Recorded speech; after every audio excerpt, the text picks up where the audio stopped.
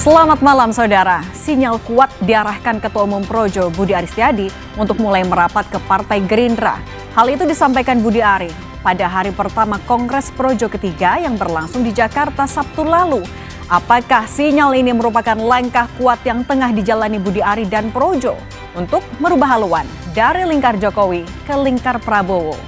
Dan sorotan lainnya juga saudara, jelang sidang lanjutan kasus kematian Prada Lukinamo di Pengadilan Militer Kupang akan berlangsung Senin besok. Keluarga besar Prada Lukinamo berharap seluruh saksi yang dihadirkan bisa bersaksi secara jujur. Lalu siapa saja saksi yang akan dihadirkan? Saudara, inilah Sapa Indonesia Malam, saya Cindy Permadi.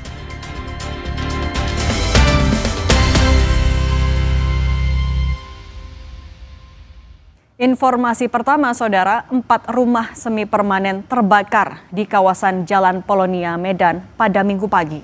Tidak ada korban jiwa dalam peristiwa ini, namun kerugian diperkirakan mencapai 700 juta rupiah.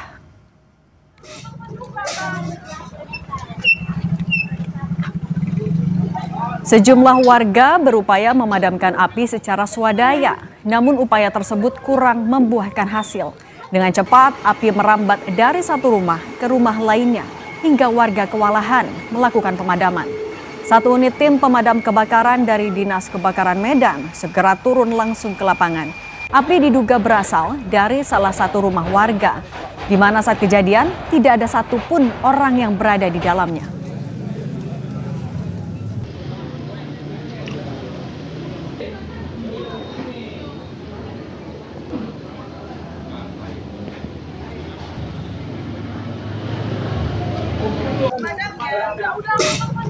Pemerintah Kota Jakarta Selatan menargetkan perbaikan tanggul Baswedan di Jati Padang, Pasar Minggu, Jakarta Selatan selesai dalam 1,5 bulan. Suku Dinas Sumber Daya Air Jakarta Selatan memastikan akan membangun bendungan yang lebih kokoh. Perbaikan awal tanggul Baswedan di Jati Padang yang jebol masih berjalan hingga hari keempat. Sebelumnya, tanggul ini jebol pada Kamis malam pekan lalu. Meski menargetkan perbaikan tanggul jebol selesai dalam 1,5 bulan, prosesnya bisa lebih lama karena dipengaruhi curah hujan. Untuk sementara, petugas mengutamakan mengeluarkan air dari area permukiman warga dan menambal tanggul dengan material pasir dalam karung.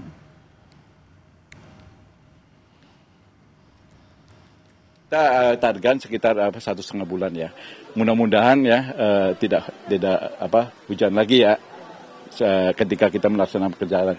Karena akses masuk material kan agak susah nih ya. Jadi kita bangun lagi. Konstruksinya kita nanti di paling bawah itu ada strospel.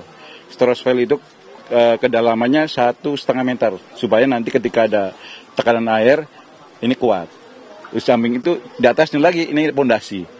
Pondasi itu slope ya, itu kita beton juga, bukan batu kali. Sementara itu warga RT 03 RW 06 Kelurahan Jati Padang Pasar Minggu meminta pemerintah serius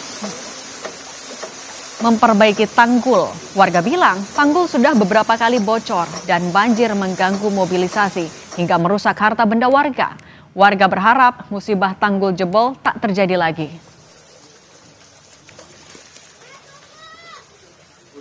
Tanggulnya jebol sekarang? Udah 2 kali. Dari waktu jebol tahun 2000 kemarin. Berapa bulan yang lalu nih ini musola Sabiling jebol. Nah ini berapa bulan kemudian jebol lagi kemarin nih yang sekarang. Ya saya maunya masalah butuhan normalisasi kali aja. Supaya air lancar dari sini mengalir ke sana. Ya harus diperbaiki lagi. Ya kalau nggak diperbaiki tadi pagi aja nih. Itu kan banyak tim biru tuh. Kan pasir. Kalau nggak ada tim biru nih kemari air larinya. Informasi lainnya, jelang sidang lanjutan kasus kematian Prada Lukinamo di Pengadilan Militer Kupang, Nusa Tenggara Timur akan dilanjutkan Senin esok. Orang tua dan keluarga besar Prada Luki berharap semua saksi yang dihadirkan bisa bersaksi secara jujur, sehingga kasus ini bisa terang benderang. Ibunda Prada Lukinamo, Sepriana Paulina Mirpei menyatakan akan hadir di persidangan besok. Menurut Ibunda Prada Luki, keterangan pada sidang pekan lalu sudah bisa memberi titik terang pada kasus kematian anaknya, terutama kesaksian saksi kunci Prada Richard Bulan. Sebaliknya, Ibunda Pradaluki kecewa dengan keterangan para terdakwa yang dinilainya banyak berbohong. Sapriana meyakini kematian putranya bukan hanya aksi penganiayaan spontanitas, namun ada unsur perencanaan. Pertama saksi kunci Prada Richard, puji Tuhan dia berkata dengan baik, benar, tegas, sesuai apa yang dia alami dengan almarhum. Semuanya dia ungkapkan, saksi-saksi, tambahan, semuanya juga berkata dengan jujur. Tetapi yang Mama sesalkan dan sayangkan, para terdakwa itu banyak berbohong. Mama berharap pecat, hukuman seberat-beratnya, hukuman seumur hidup, pelaku utama itu hukuman mati, pemecatan hukuman mati. Pengadilan Militer Kupang akan menggelar sidang lanjutan kasus kematian Pradaluki dengan terdakwa Letu Ahmad Faisal. Letu Ahmad Faisal merupakan Komandan Kompi A, Batalion Teritorial 834 Waka Ngamere, Nagekeo. Pada sidang sebelumnya, Letu Ahmad Faisal didakwa ikut melakukan penganiayaan yang mengakibatkan kematian Pradaluki dengan ancaman hukuman 9 tahun penjara. Agenda sidang besok adalah pemeriksaan saksi-saksi. Sedangkan sidang terhadap 21 terdakwa lainnya akan digelar pada Selasa dan Rabu mendatang. Dengan terdakwa atas nama Letu Infantri Ahmad Faisal akan dilaksanakan sidang lanjutan pada hari Senin tanggal 3 November tahun 2025 dengan agenda pemeriksaan saksi. Yang juga jadi sorotan saudara, usai menjadi perbincangan publik, tempat wisata ekstrim park Bali di Turtle Beach, Nusa Penida ditutup sementara. Pansustrap DPRD Provinsi Bali menilai lokasi tersebut melanggar aturan tata ruang dan memiliki izin usaha yang bermasalah.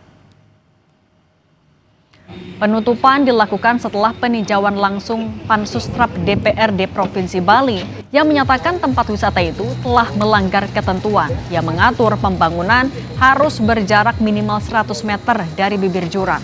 Extreme Park beroperasi di atas tebing setinggi sekitar 130 meter, sehingga dinilai beresiko tinggi dan membahayakan keselamatan pengunjung.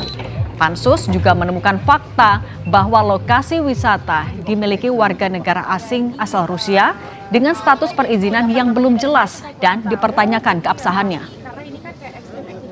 Di Bali pasal 50 ayat 3 itu Pak ya, ada jarak. Siapa yang menjamin kalau ada nanti korban di sini? Ini kan sudah kelihatan tebingnya ini perlu kita perdalam ya oleh dinas lingkungan bahwa ini tidak permanen, tidak kuat konstruksi kostur daripada tebing itu banyak yang retak-retak, itu banyak yang jatuh ya. Ini kalau kemudian ini jatuh siapa tahu ya? Itu dia. Jadi nanti dia masih kita evaluasi perdalam izinnya. Sampai mereka kemudian bisa menunjukkan dokumen yang benar yang sesuai dengan regulasi ya. Tapi dia bisa menunjukkan saat itu ya kita evaluasi, bukan berarti begitu dia tunjukkan izin kemudian kita buka, kita perdalam lagi. Izin itu kan relatif, bisa izin itu diteruskan, bisa juga dicabut. Sebelumnya DPRD dan Satpol PP Provinsi Bali menghentikan sementara proyek lift kaca di Pantai Kelingking, Nusa Penida, Bali. Pengembang diwajibkan mengurus kelengkapan perizinan yang dinilai masih kurang. Hasilnya mega proyek bernilai 60 miliar rupiah ini dihentikan sementara. Petugas juga memasang garis polisi di sekitar proyek dan meminta pengembang untuk mengurus izin baru, menyusul temuan di lapangan yang tidak sesuai dengan izin yang sudah dikantongi. Ini ada hal-hal yang belum dimungkinkan untuk dilanjutkan.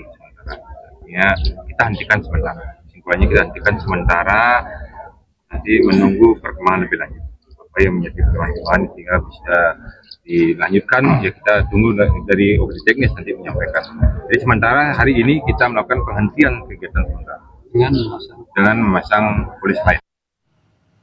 Kita bahas lebih dalam terkait penutupan Extreme Park dan penghentian proyek lift di Turtle Beach, Nusa Penida, Bali bersama Ketua Pansus Tata Ruang, Aset dan Perizinan DPRD Bali, Imade Suparta. Pak Made, selamat malam. Ya, malam. Pak Made, sebenarnya apa temuan dari Pansus yang membuat Pansus bilang ya udah di stop aja dulu sementara? Temuannya apa yang terbaru? Yaitu ada kegiatan flash viewing smartphone, jadi lip kaca. Lip kaca ini sebagai jualan daripada daya tarik pariwisata oleh konsep mereka sebagai pemohon kan begitu. Di dalam lip kaca ini ada restoran, rencananya ada toilet, ada kemudian kantor, dan kemudian ada kegiatan yang seperti kantor panorama, jadi selfie gitu ya. Maka itu ini kan sudah wilayah ekstrim. Itu tebing jurang itu sedalam kurang lebih 180 meter. Itu dalam konsep tata ruang sudah dipastikan bahwa itu tidak benar daripada keberadaan lip kaca ini kan begitu. Persoalan sekarang sudah dikatakan ada izin, itu kan sementara dalam konsep mereka, dalam perspektif dari OSS kabupaten, karena itu dibilang berisiko rendah. Padahal itu kan lip yang berisiko tinggi. Oleh karena itu kan perlu kajian lebih dalam oleh pihak provinsi dan pusat. Maka itu dari aspek permohonannya ini kita lihat sudah nggak benar. Ada konsep akal-akalan gitu ya. Sehingga seolah-olah nanti menjadi kewenangan kabupaten Kelungkung. Tapi faktanya itu tidak seperti itu. Nah Pak Made, tapi ini kan yang juga jadi pertanyaan adalah ketika ini sudah ditemukan ada melanggar aturan, kok bisa lolos izinnya? Bahkan sudah dilanjutkan sampai sekarang, sudah mulai ada infrastrukturnya. Izin itu kan dalam perspektif Kabupaten Kelungkung. Tapi kalau wilayah dalam kondisi risiko berat dan tinggi, dan itu wilayah ekstrim, itu harus kajiannya itu dari provinsi. Maka itu saya bilang tadi bahwa konsep perizinannya yang mereka buat tuh juga ada kemungkinan manipulatif gitu. Ya, ini kan ya? jualannya dia ini kan daya tarik pariwisata. Kalau di Bali itu sesuai dengan Perda 5 2020 itu, orang ke Bali daya tariknya bukan kemudian modern kayak lip kaca itu, tapi dalam konteks perspektif adat istiadat budaya Bali, alam Bali yang sudah memang terukur dan sudah terkenal seluruh mancanegara. Sebenarnya seperti itu, ini kan bertolak belakang. Maka itu jelas dari aspek tata ruang dan kemudian dari aspek kemudian aset, karena itu landasan atau tempat nanti landasan daripada lip itu tanah negara, belum ada izinnya itu. Dan itu sepadan tebing dan sepadan pantai itu ada izinnya juga. Jadi tidak serta-merta bahwa jualan-jualan dalam perspektif modern ini yang untuk kepentingan bisnis mereka ini tertoleransi di Bali tidak bisa. Itu kita mengacu pada regulasi yang ada di Bali. Ada kemudian perda ketinggian bangunan, itu tidak boleh lebih daripada 500 meter. Dan lift itu biasa dipergunakan kan dalam gedung. Ini lift dipergunakan di luar gedung. Nah, ya kan? 40 meter. Nah, artinya sekarang apa tindak lanjut ke depannya? Siapa yang akan dimintai pertanggungjawaban? Iya, nanti kita perdalam lagi, rencana minggu depan ini kita perdalam, kita undang semua OPD terkait yang mengeluarkan izin, ya sejauh mana tanggung jawab mereka mengeluarkan izin di tempat yang dilarang, tempat yang salah. Karena dalam undang-undang tata ruang itu yang mengeluarkan izin pun ada pidananya itu, dan pengembang melakukan kegiatan di wilayah yang titik yang salah di tebing itu pun ada pidananya. Tidak gampang itu, Mbak Cindy, untuk kemudian kita akan melegalkan itu. Jadi izin yang dikeluarkan dalam arti dari Kabupaten Kelungkung itu kan kita bisa evaluasi. Karena nanti kalau korban ke depan itu siapa yang bertanggung jawab? Itu di wilayah itu sudah banyak korbannya juga. Di wilayah tebing dan di wilayah sepadan pantai itu banyak korbannya. Kita kan tidak mau kalau nanti masyarakat Bali ada yang korban atau tamu ada yang korban, nanti informasinya atau ini mendunia kan gitu, nanti citra Bali tidak bagus lagi, buruk kan begitu. Okay. Maka itu kita harus evaluasi benar-benar, dan dari kajian evaluasi pun kita sudah temui bahwa ini ada unsur-unsur yang tidak benar. Oke, evaluasi gitu. Dan kajian ya itu bisa dibawa ke pidana juga. Pak Made, terima kasih sudah berbagi bersama kami di Sapa Indonesia Malam. Saya selalu Pak Made. Iya, terima kasih. Informasi lain, Saudara, di hari kedua konser Blackpink, sejumlah penggemarnya banyak yang tidak memiliki tiket, namun tetap memilih berada di area GBK untuk mendengarkan suara konser dari luar. Akibat kalah saat tiket war atau perang tiket saat penjualan konser Blackpink waktu lalu, penggemar Blackpink yang disebut Blink tetap memilih untuk datang ke area GBK demi mendapatkan kemeriahan konser dan mendengarkan suara Jennie, Lisa, Rose, dan Jisoo dari kejauhan. Meski kecewa tak mendapatkan kesempatan untuk melihat konser secara langsung, namun Blink mengaku bahagia bisa berada dekat dengan musisi favorit mereka yang datang jauh dari Korea Selatan.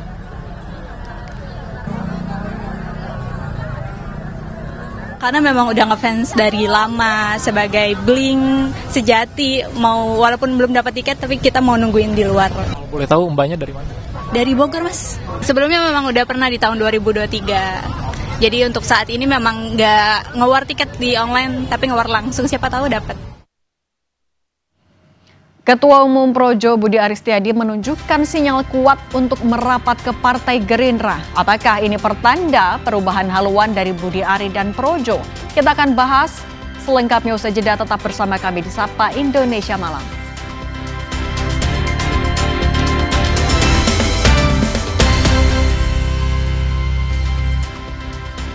Terima kasih Anda masih bersama kami. Saudara, Ketua Umum Projo Budi Aristiadi menunjukkan sinyal kuat merapat ke Partai Gerindra. Hal itu disampaikannya di sela-sela Kongres ketiga Projo di Hotel Grand Sahid Jaya Sabtu lalu.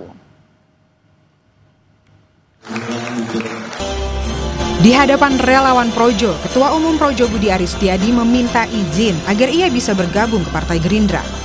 Dirinya bilang berniat mendukung partai yang dipimpin Presiden Prabowo Subianto. Ia juga sempat menyinggung bahwa pernah ditawari langsung oleh Prabowo dalam sebuah forum. Kita akan memperkuat seluruh agenda politik Presiden dengan memperkuat partai politik pimpinan Presiden. Jadi mohon izin jika suatu saat saya berpartai, teman-teman Projo bisa memahami. Nggak usah ditanya lagi partainya apa. Karena apa?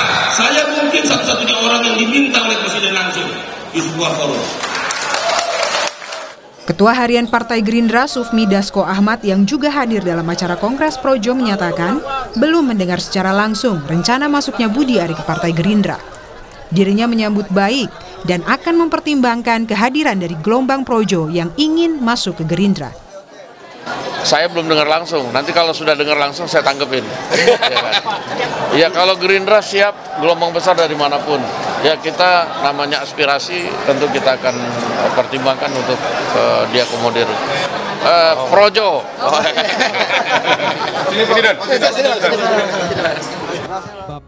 Isyarat bergabungnya Budi Ari ke Partai Gerindra sebenarnya pernah muncul beberapa waktu lalu. Dalam Kongres Partai Solidaritas Indonesia di Solo pada Juli lalu, Prabowo sempat menggoda Budi Ari yang saat itu masih menjabat sebagai Menteri Koperasi.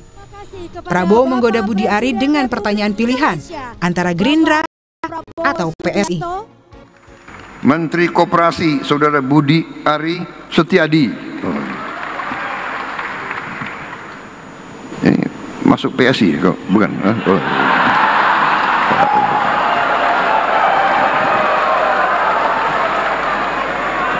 PSI atau Gerindra kok?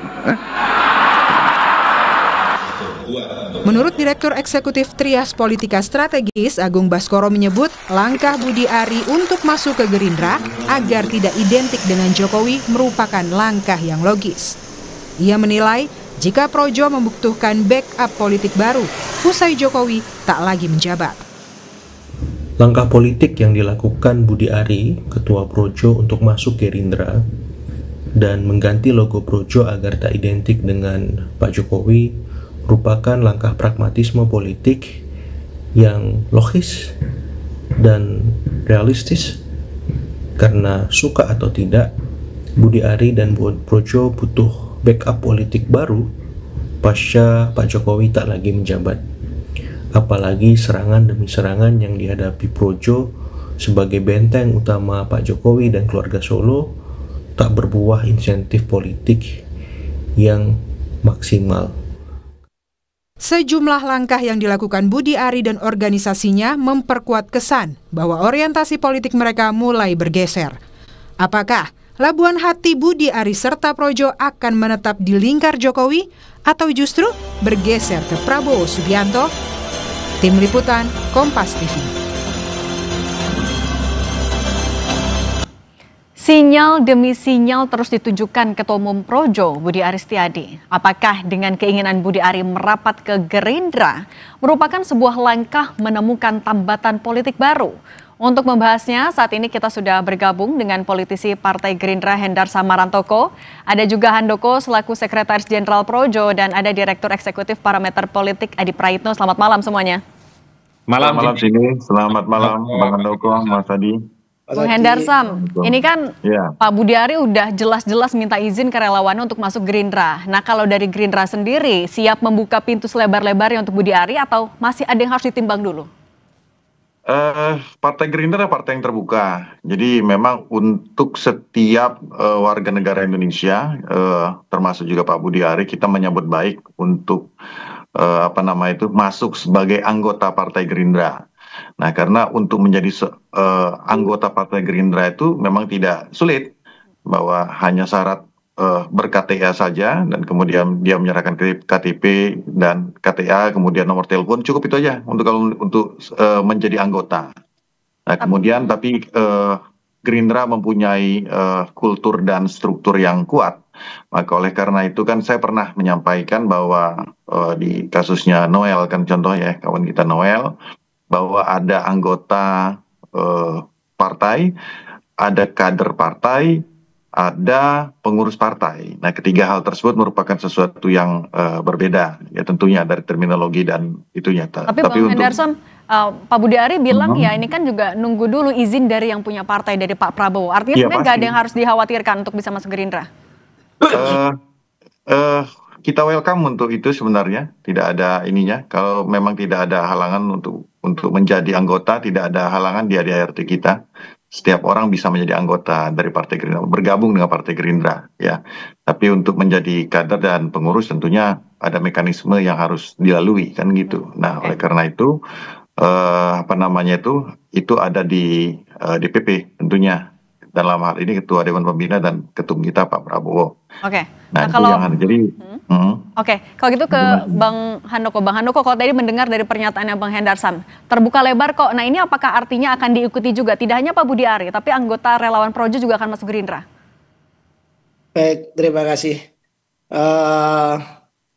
Mungkin perlu saya jelaskan ya, dari awal berdiri Projo ini kan tentunya kan bukan partai politik ya, tetapi di dalam Projo ini banyak kader-kadernya Projo ini yang juga menjadi kader partai politik. Kalau dari awal sekali di 2014 itu ada kader yang dari PDI Perjuangan, ada yang dari PKB, dari macam-macam lah sampai hari ini. Jadi kalau bagi kami itu hak politik yang dimiliki oleh kawan Budi Ari untuk menentukan menjadi kader partai politik tertentu. Kalau kemarin dia sampaikan bahwa akan bergabung dengan partai politik yang dipimpin Pak Prabowo, ya tentunya itu Gerindra, yaitu bukan sesuatu hal yang besar bagi kami, bukan sesuatu yang patut dipermasalahkan gitu kan, tetapi Budi Ari kemarin memang menyampaikan untuk meminta izin kepada kawan-kawan di arena kongres bahwa Budi Ari mau bergabung dengan Gerindra. Tapi Bang Handoko kan juga bilang kalau ketua umumnya masuk Gerindra masa iya bawahannya enggak, itu disampaikan juga oleh Pak Budi Ari tadi. Itu gimana dong?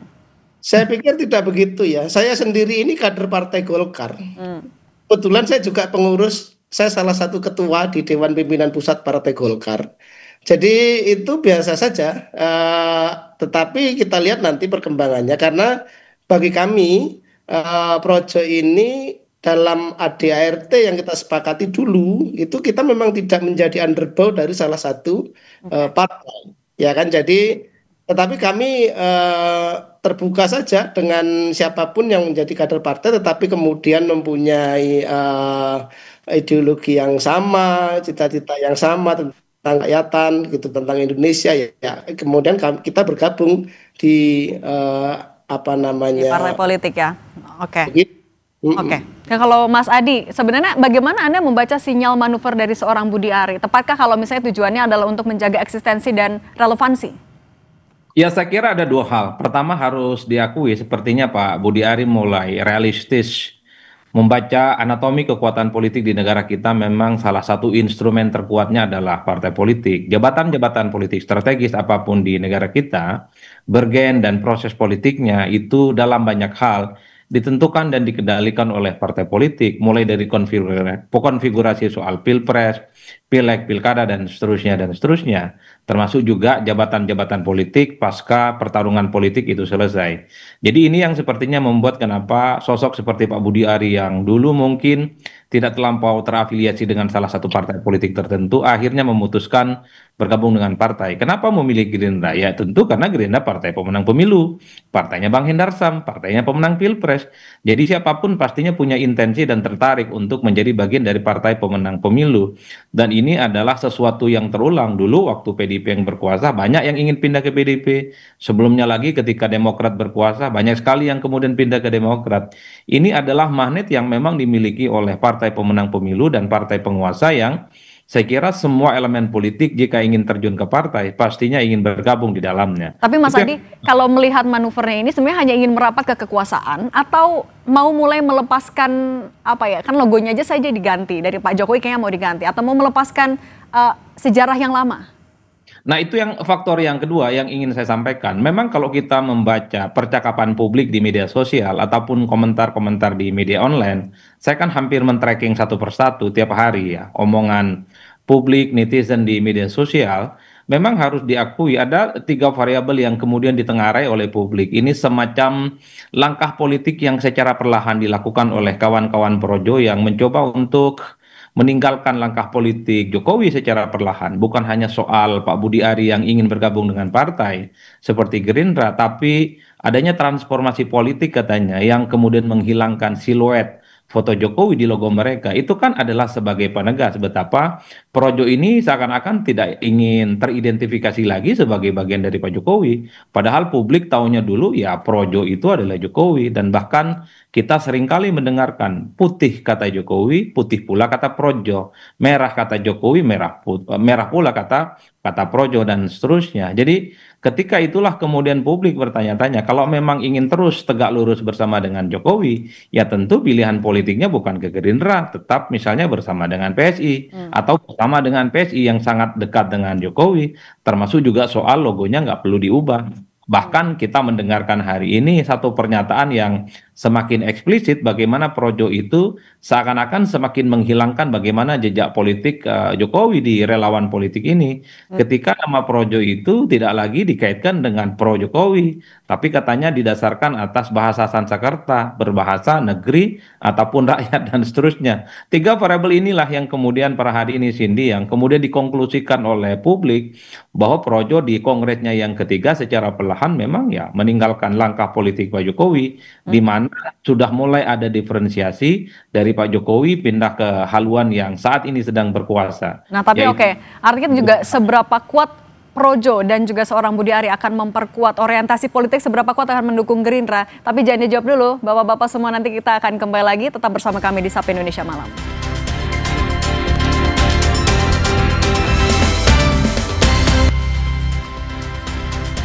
Saya mau lanjutkan lagi pertanyaannya ke Mas Adi. Mas Adi, sebenarnya seberapa kuat sih daya tawar seorang Budi Ari Setiadi dan juga Projo untuk mendongkrak sebuah partai politik yang sudah punya presiden?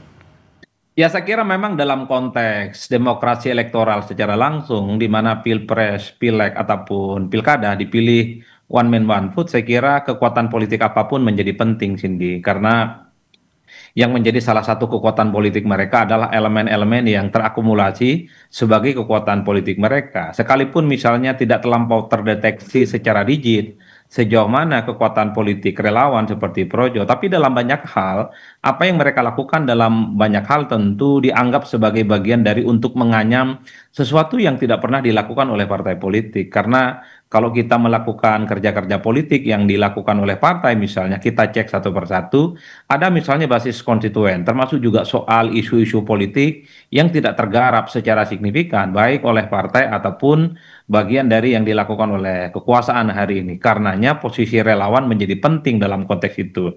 Karena pemilihan secara politik di Indonesia melibatkan orang per orang secara langsung. Ya sekalipun orang juga banyak bertanya soal seberapa kuat sih sebenarnya posisi Projo, tidak seperti partai yang diukur perolehannya 20%, 19%, punya perwakilan di parlemen, ada yang di provinsi, kabupaten, dan kota. Tapi bagi saya secara prinsip memang harus diakui simpul-simpul politik semacam ini memang dalam banyak hal semacam katalisator. Mulai dari kerja-kerja politik termasuk juga pembangunan isu yang secara signifikan.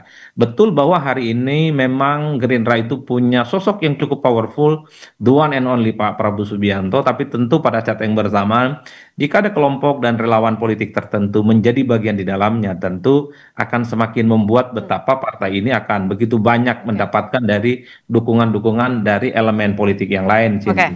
Jadi itulah yang saya sebut sekecil apapun dalam konteks demokrasi elektoral langsung, pastinya itu sangat signifikan, terutama untuk menunjukkan betapa ada bertambahnya kekuatan politik yang sudah mulai tumbuh di berbagai tempat. Oke, nah kalau dari Bang Hendar sama Projo kan sejauh ini selalu identik dengan relawannya Pak Jokowi. Ketika identitas itu masih melekat sampai saat ini akan menjadi nilai plus atau akan jadi atau apa ya? Akan malah jadi beban juga untuk Gerindra sebenarnya? Saya nggak bisa menilai hal tersebut ya, karena kapasitas saya tidak untuk menilai apakah secara elektoral atau secara pragmatis ini bisa mendongkrak atau mendowngrade suara. Tapi yang pasti setiap orang atau insan yang ingin masuk ke Partai Gerindra harus mempunyai kesamaan tentang masalah ideologi yang sama dulu. Saya rasa seperti itu ya kan. Nilai-nilai perjuangan yang sama dengan kita, kemudian baru bisa ngeblend tuh ya kan.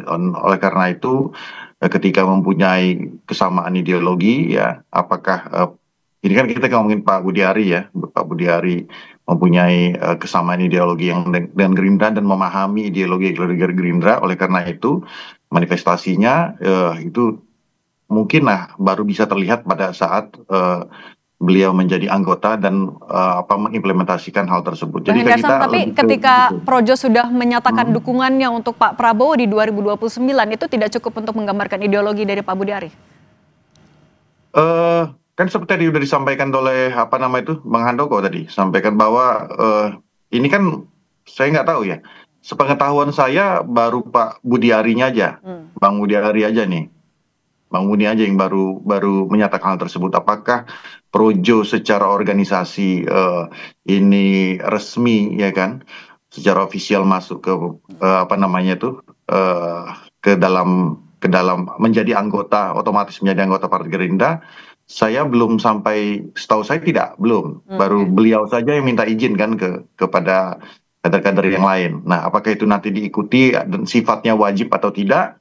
Kita tunggu. Seperti kata Pak Dasko ya, menyatakan bahwa kita dengar dulu baru kita bisa tanggapi kan. Baru kita bisa tanggapi yang masalah Bang Budi Ari. Oke, kalau gitu saya ke Bang Handoko dulu. Bang Handoko, ini kan sudah menyuarakan dukungan juga untuk Pak Prabowo di 2029. Muncul juga kemudian kesannya jangan-jangan Projo mau melepaskan dari yang lama, kemudian merapat ke Pak Prabowo. Tanggapan Anda bagaimana? Bang Handoko, suaranya kayaknya masih di-mute. Sorry. Oke, silahkan. Saya mau tanggapin itu ya. Jadi pertanyaannya tadi seolah-olah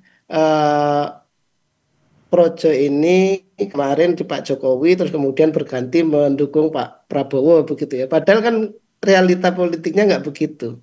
Kami ini di 2022 ya kan, dan kita diskusi panjang dengan Pak Jokowi segala macam, kita menggelar namanya musyawarah rakyat di 30 kota di Indonesia.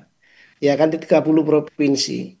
Dari situlah kemudian kita mendeklarasikan dukungan kepada Pak Prabowo untuk menjadi calon presiden di 2024. Jadi apa yang saya mau bilang adalah bahwa tidak ada itu kemudian istilah kami meninggalkan Pak Jokowi kemudian berpindah, tidak begitu. Kami ini adalah memang dari hasil musrah itu kan kemudian kita sadari bahwa kami ini ya Pak Jokowi itu adalah bagian dari sejarah kami yang tidak bisa kita pisahkan. Tanpa ada Pak Jokowi juga nggak mungkin ada Projo, kan begitu. Tetapi kemudian kami para pendukung Pak Jokowi yang bergabung dalam namanya Projo ini di 2024 mendukung Pak Prabowo. Begitu. Jadi ini tidak ada perpindahan ya, tidak ada perpindahan. Karena memang kami posisinya di situ. Tapi Bang Handoko, kalau misalnya memang masih loyal ke Pak Jokowi, apakah artinya setiap manuver dari Projo juga akan tetap menunggu restu dari Pak Jokowi? Pasti ya, kami misalnya begini, minggu lalu kami ke Solo, ya kan, sebelum kami menggelar kongres, kami ke rumah Pak Jokowi, kami diskusi dengan beliau. Tadi pagi pun, ya kan, di hadapan kami, Pak Jokowi dan Budiari melakukan komunikasi via telepon, kami dengarkan bersama-sama, ya kan. Dan habis ini juga kami sudah bilang ke Pak Jokowi, Pak, habis ini kami akan melaporkan hasil kongres. Kebetulan saya ini kan ketua steering komite di kongres, ya kan. Jadi habis ini kami juga akan ke Pak Jokowi untuk melaporkan hasil kongres. Jadi jangan salah kemudian kita mendukung Pak Prabowo itu meninggalkan Pak Jokowi, tidak. Gitu loh, jadi tidak begitu. Tapi Bang Handoko, berarti kalau ditanya berarti Projo ini akan tegak lurusnya ke Pak Prabowo atau masih ke Pak Jokowi dong? Ya kan itu kalian masih mendekotomikan, ini bukan. Artinya satu kesatuan ya sebenarnya? Iya, ini kan memang kenapa saya sering kali bilang ya kan di piljuan pemerintahan Prabowo Gibran kan keberlanjutan, ya kan. Kemudian Pak Jokowi dan Pak Prabowo ini kekuatannya nyatu di Pilpres kemarin. Itu kan fakta politik. Nah sekarang janganlah kemudian narasi ini kemudian seolah-olah ini dua kutub yang berbeda. Tidak. Ini kan narasi-narasi yang berusaha menaruh Pak Jokowi sama Pak Jokowi dengan Pak Prabowo dalam dua kutub yang berhadapan. Kan nggak begitu padahal. Kira-kira Mbak Cindy. Nah, ya. Mas Adi, berarti Anda membaca sikap Projo ini bagaimana? Ini memang adalah satu kesatuan, akan tetap seiring seirama atau gimana? Rumit sebenarnya membaca sikap politik Projo ya. Betul bahwa mendukung Prabowo tanpa harus meninggalkan Pak Jokowi itu adalah rumus sustainability memang, karena memang Jokowi dan Prabowo Subianto adalah satu kesatuan koalisi dalam Pilpres 2024 hingga saat ini. Tapi kan publik tanpa henti bicara soal kenapa logo Projo itu menghilangkan foto siluet Pak Jokowi, dan Projo bukan pro Jokowi tapi pro rakyat ataupun pro masyarakat. Sesuatu yang baru muncul dalam Kongres Projo yang ketiga hari ini dan kemarin.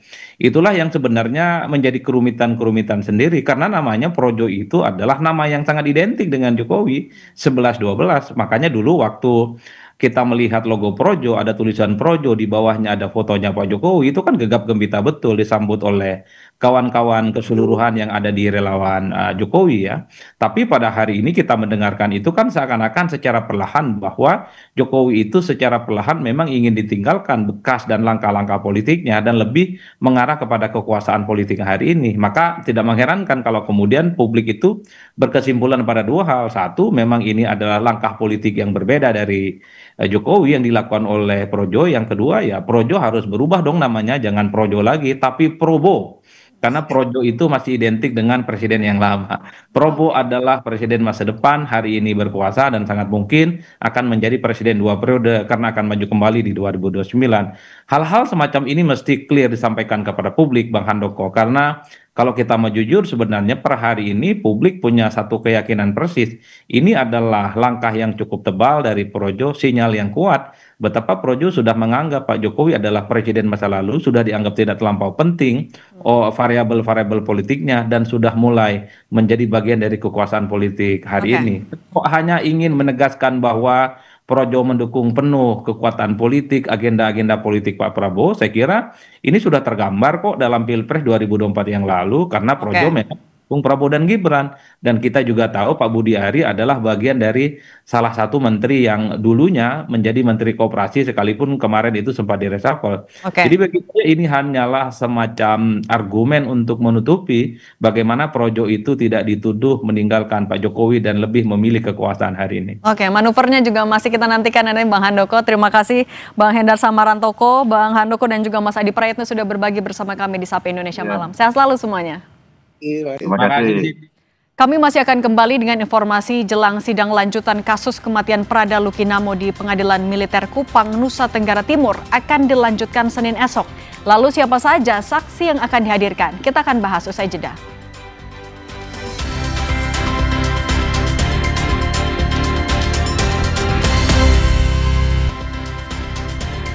Cindy Permadi masih bersama Anda di Sapa Indonesia Malam. Saudara, jelang sidang lanjutan kasus kematian Prada Lukinamo di Pengadilan Militer Kupang, Nusa Tenggara Timur akan dilanjutkan Senin esok.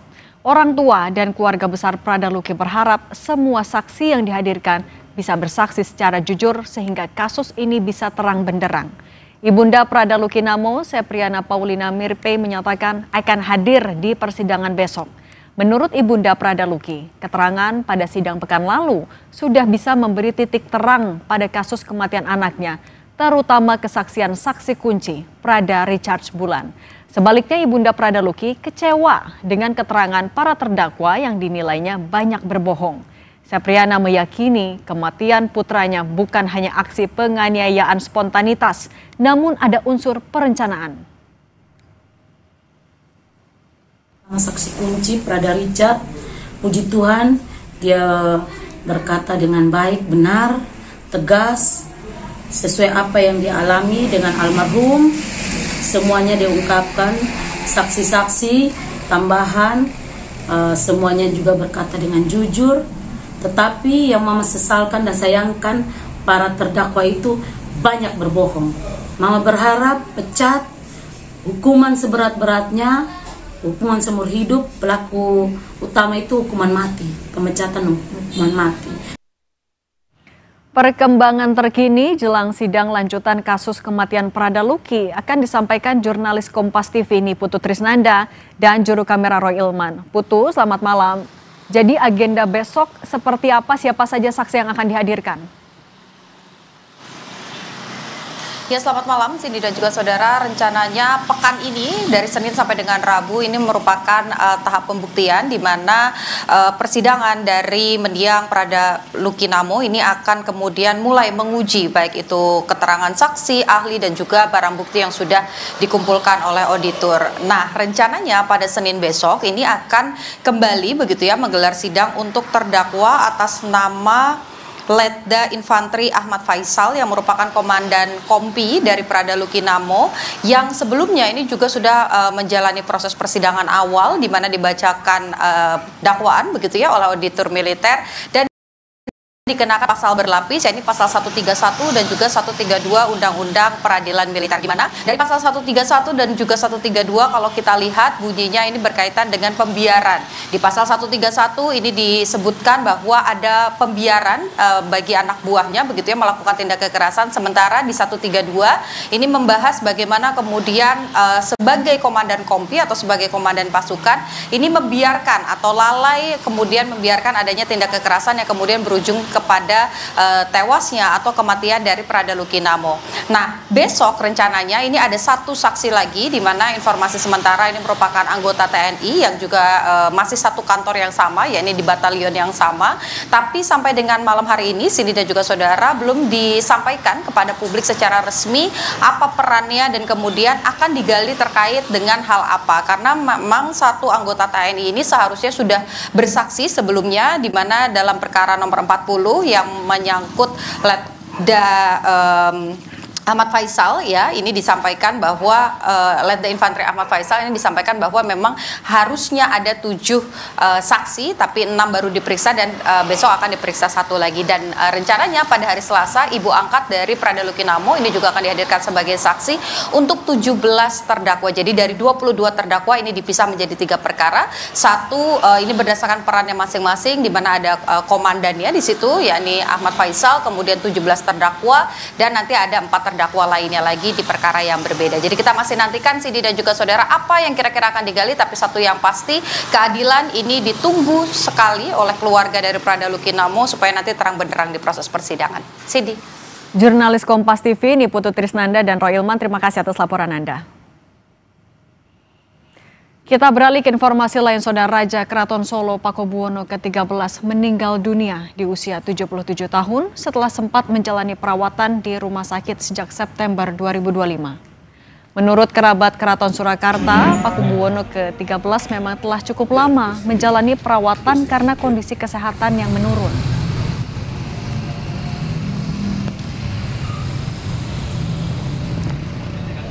Keraton Solo juga sudah memutuskan pemakaman akan dilakukan pada Rabu 5 November 2025 di Makam Raja Imogiri, Yogyakarta. Seiring persiapan upacara adat, pihak keraton mulai menyiapkan prosesi pemakaman, termasuk mengeluarkan kereta jenazah yang nantinya akan digunakan untuk mengantar perjalanan terakhir sang raja dalam prosesi kirap sebelum dimakamkan. Masyarakat juga diperbolehkan untuk melayat saat pemakaman nantinya. Upacaranya itu barang-barang yang harus mengiringi ngomong dulu, minum dulu. Terus siapa yang nanti ngampil itu tadi sudah saya koordinasikan, kita rapatkan dengan bebadan atau para pengageng dan wakil pengageng. Pemakaman sudah kita sepakati hari Rabu tanggal 5 kita upacara mulai jam 8 pagi. Informasi tadi sekaligus mengakhiri Sapa Indonesia malam kali ini. Kami ingatkan Anda agar jangan lupa cukupi kebutuhan air mineral Anda setiap hari dan rasakan kesejukannya. Saya Cindy Permadi, terima kasih, sampai jumpa.